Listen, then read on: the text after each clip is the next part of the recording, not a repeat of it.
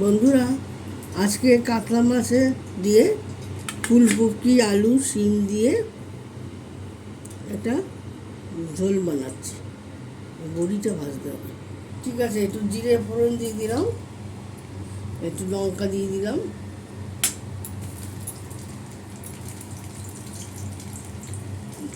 Tomato দিয়ে দিচ্ছি,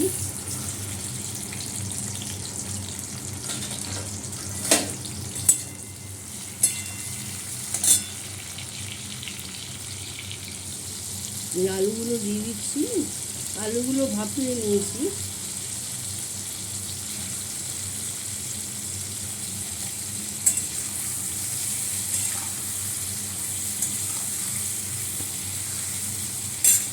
শিম আর ফুলকপিটাও দিয়ে দিলাম।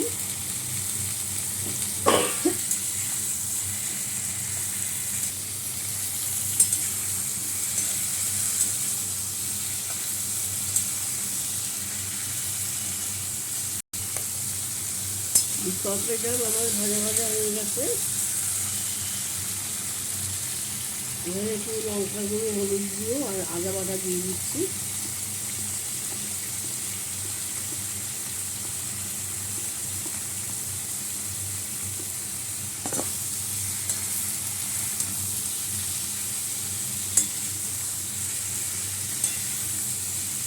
একটু জল দিয়ে দিচ্ছি।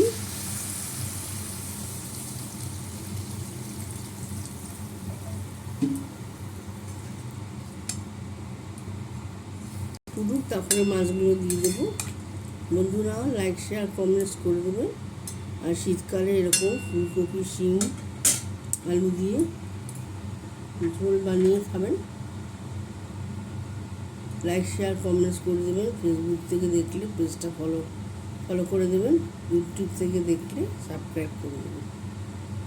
ঢাকা দিয়ে রাখলাম। আমার কাতলা মাছের ঝোলটা হয়ে গেছে। ধনে পাতাগুলো দিয়ে দিলাম।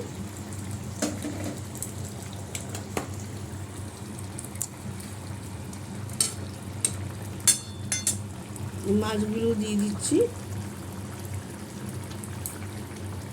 বন্ধুরা, এইভাবে রান্না করুন, খুব ভালো হবে। এটা অবশ্য কমন রান্না, সবাই জানেন।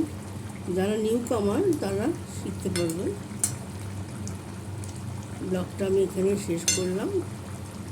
নমস্কার।